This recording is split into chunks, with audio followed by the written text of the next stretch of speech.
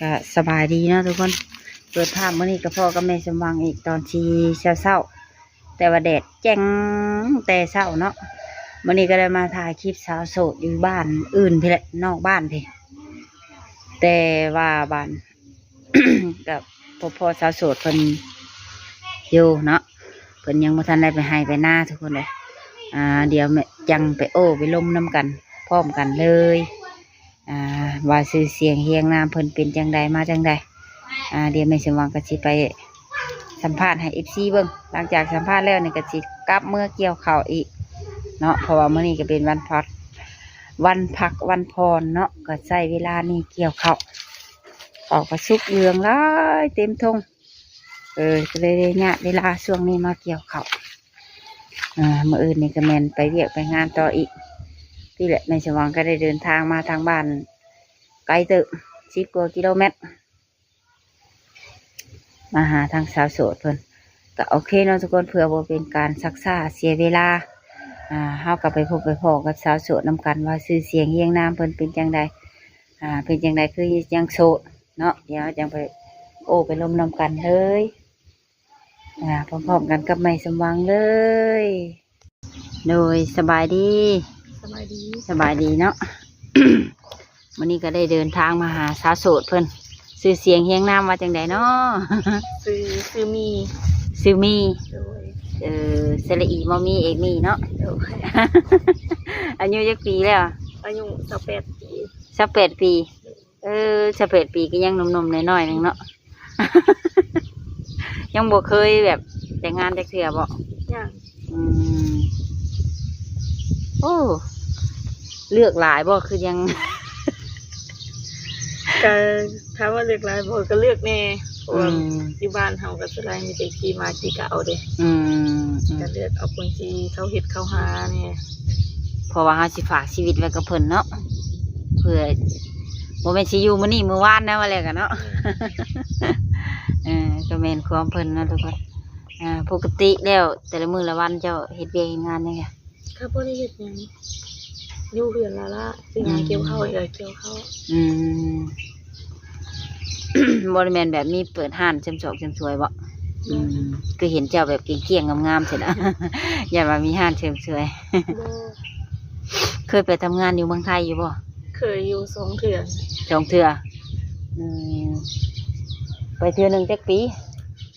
ไปตอนเทื่อแรกก็ประมาณ2 ปี2 ปีปลายนี่แหละเทื่อที่2นี่ก็บ่ฮอดปีแล้วก็กลับมาไปมาๆนะเนาะเข้าไ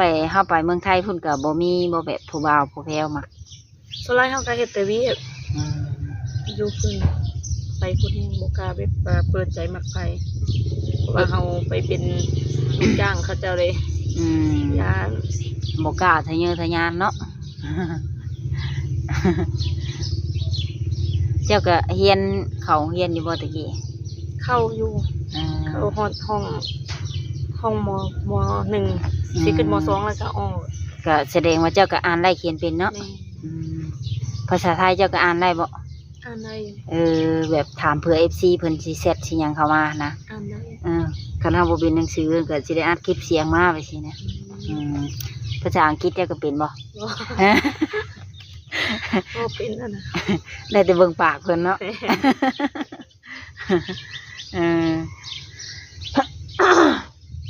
สเปคที่ตั้งไว้ได้จะเป็นแบบใดสเปคที่ตั้งไว้ก็ขอแบบว่าบ่ได้ขออย่างไรขอแต่แบบว่าเป็นคนดีเป็นคนดีมีหน้าที่การงานเฮ็ดที่มันคงแน่ก็โอเคแล้วนิสัยใจคอก็เป็นคนดีนะเนาะ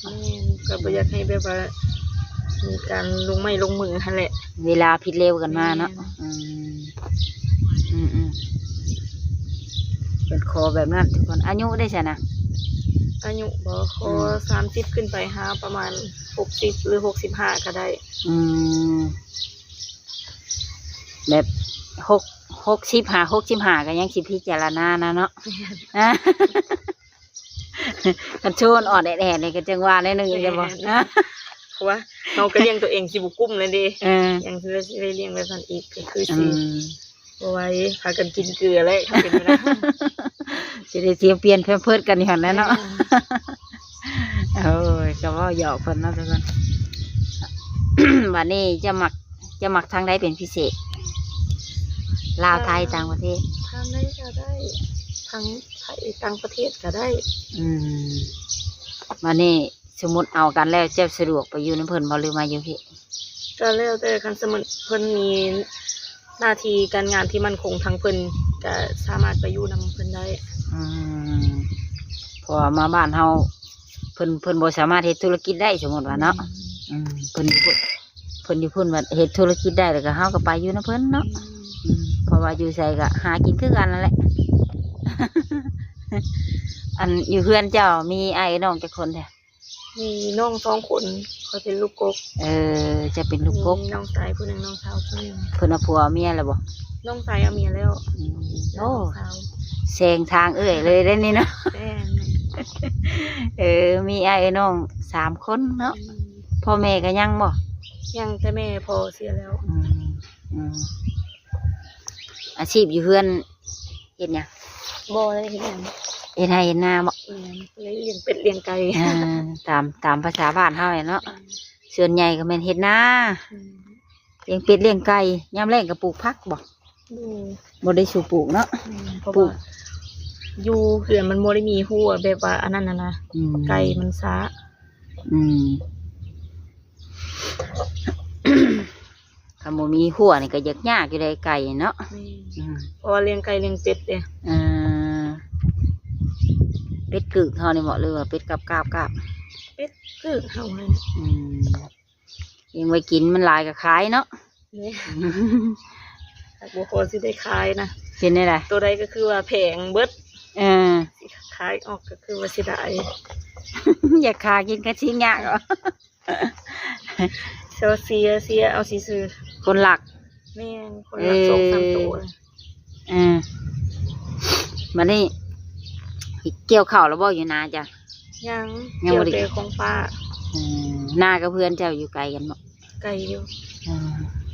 ย่างบ่หรือขี่รถไป บางเทื่อก็ขี่รถบางเทื่อก็ย่างถ้ารถบ่พอกันก็ย่าง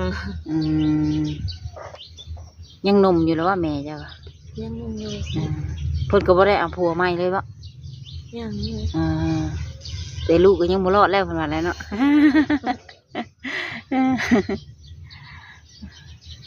อันเฮาออกมาเปิดใจนี่แม่เฮาก็โฮงอยู่บ่ โอ้ บอกเพิ่น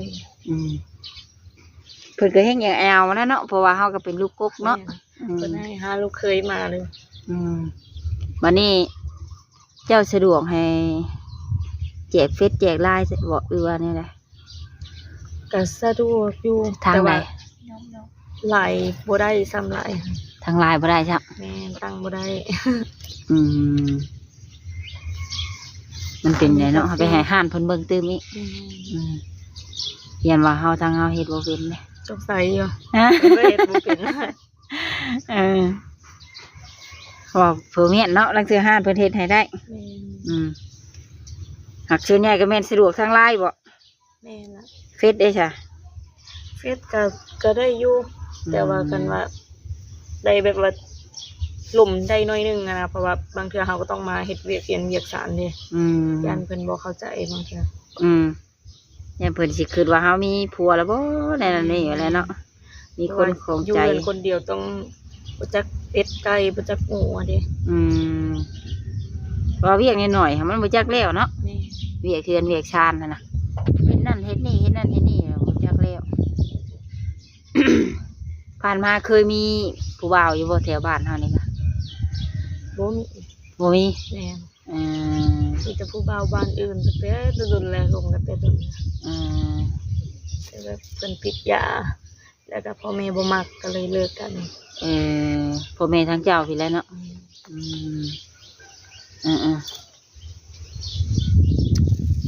อันนี้จะมักเพิ่นเป็นคนแบบอารมณ์แบบไรใจร้อนบ่หรือใจเย็น มักเลิกใจเย็น มักใจเย็น เพราะว่า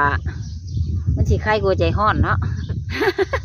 ใจร้อนก็ถ้าแบบควบคุมอารมณ์ได้ก็โอเคอยู่ได้ บูมบามค่ะควบคุมอารมณ์ได้สิเนาะ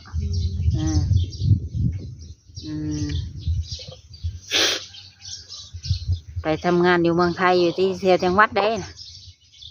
ตอนไปตอนจะบินอายุมีนบุรี อืม ไปที่สองก็อยู่แถวนนทบุรี มีแต่ลีเนาะผู้ฟังนี่ก็ วันนี้เจ้ามีความในใจแบบอยากฝากถึงคนผู้ที่เขามานะจะลองมองดู ก็ มักแบบใดนิสัยแบบใด คนที่เข้ามากับโบลอกลวงแบบนิสัยดีคันมาเวลาเสร็จมาหรือว่าโทรมาคันเขาว่าบ่ว่างอีกอย่างก็อยากให้เข้าใจเขาอะนะอย่าเฝ้าคิดว่าเขาบ่อยากล้มเขาปฏิเสธไปแบบเขาเลือกร้ายแบบนี้นะเพราะว่ามันคือเขาก็บ่ว่างอีดีหาเฮ็ดอยู่เฮ็ดกินแน่ขนาดก็อยู่เรือนคนเดียวน้องก็ต้องออกไปเฮ็ดงานเด้เพราะว่าสมมุติเพิ่นทักมาเพิ่นเห็นอ่อนอยู่บางทีว่าเขาขี้คุยอย่างนั้นนะ อยากให้เข้าใจเนาะเพิ่นฝากถึงแบบนี้ทุกคนนะ มื้อนี้บ่ได้ไปเกี่ยวข้าวเนาะข้าวยังบ่สุกมีแต่นาป้าใกล้ๆบ่จะบอกไปเกี่ยวนะ ก็อยู่ใกล้กันแหละนาป้ากันแต่ว่าเพิ่นก็ยังทันได้เกี่ยวอีกประมาณ 2-3 มื้อพุ่นแหละแต่เจ้ามีความแบบความคิดแบบไรเจ้าจึงมักแบบคนรุ่นใหญ่ คิดว่าเพิ่นอายุใหญ่เพิ่นน่าสิมีความคิดที่ร้ายกว่าเฮาอะนะเพราะว่าเพิ่นเกิดก่อนดิเพิ่นน่าสิได้ว่าคิดอยากสร้างอยากสร้างร้ายกว่าเด็กน้อยก็สิประมาณนี้เนาะก็โอเคเนาะทุกคนเพิ่นก็สะดวกช่องทางติดต่ออยู่ทางเฟซทางไลน์เพิ่นนี้สิไปแปลกโทรศัพท์มาใหม่โอ้ยเนาะตั้งบ่เป็นก็บ่ได้ได้ไลน์กันเนาะแต่ของข่อยนี่ก็ให้เขาผู้เป็นได้นะนะผู้เป็นข่อยก็ Facebook กับลังเทือมันมีจุดหนึ่งเลยมันเฟซล่มเร็วบอกเขาบอกนั่นนะตายโทรศัพท์ตายแล้วโทรศัพท์ตายแล้ว แต่แม่นของไฟก็เป็นคือกันโอ้ยนะก็โอเคเนาะรบกวนเวลาเพิ่นนี่ก็มาโดนเติบแล้วโดยให้เพิ่นขอตัวพักผ่อนกันเนาะไว้พ่อกันใหม่เด้อนะเมื่อหน้าเมื่อในโดยสบายดีทุกคนเอ้ยบัดนี้หลังจากถ่ายคลิปสาวโสดแล้วเป็นทีเรียบร้อยหากระเจรถสิกลับบ้านบ่เห็นบัดนี้ทุกคนเอ้ยมื้อนี้ก็ได้ขี่รถสาวบุญเปียงเพิ่นมาเนาะรถสาวบุญเปียงเพิ่นเปิดกระเจไว้ตั้งแต่เมื่อคืนนี้มันมาติดได้มาเฉยบัดสิกลับบ้านกลับบ่ได้โอ้มีกระเจเปิดโอ้ยจะเวนหาห้อยบาทนี่กับบาทหนึ่งต้องได้รบกวนให้พอวงเพิ่นเอากระเจรถมาให้บาทกระเจรถสาวบุญเปียงเลยปกติแต่ละมื้อจะขี่รถจักรไม่สมหวังไปมื้อนี้ขี่รถสาวบุญเปียงไปมาบัดลืมกระเจรถสิกลับเมื่อบัดกลับบ่ได้บาทว้ายแฉดบาเวนก็เลยรบกวนพอวงให้เอากระเจรถจักรรถมอเตอร์ไซค์มาให้ตามหลังเนาะตอนนี้เมย์สว่างก็ได้ออกมาลัดยืนถ่าพะวงมาส่งกระเจจะได้กลับบ้านพร้อมกันบ้านบุญแต่บ่ไปไกลอีดีรอเนาะถ้าไปไกลโมงเช้า30ลักรถจิบเว้นรถมอเตอร์ไซค์ชาวเปียงผัวเพิ่นเปิดกระเจไว้แต่เมื่อคืนนี้ตื่นมาเช้ามาแบบขี่มาก็ได้เสยสาวบุญเปียงกับบริเวณอีกว่ามีกระเจบริวอติดได้แล้วก็มาเฉยมันมาแล้วบัดจิกลับเมื่อบ่มีกระเจบัดนี้เวนเนาะตอนนี้ก็ไม่สมหวังก็ได้มายืนลัดถะพอหงมาส่งกระเจจังสิได้เมื่อว้ายทุกคนเอ้ยท่ามันนี่ก็ ยืนถ่ายอยู่นี่แหละถ่าละมาก่อน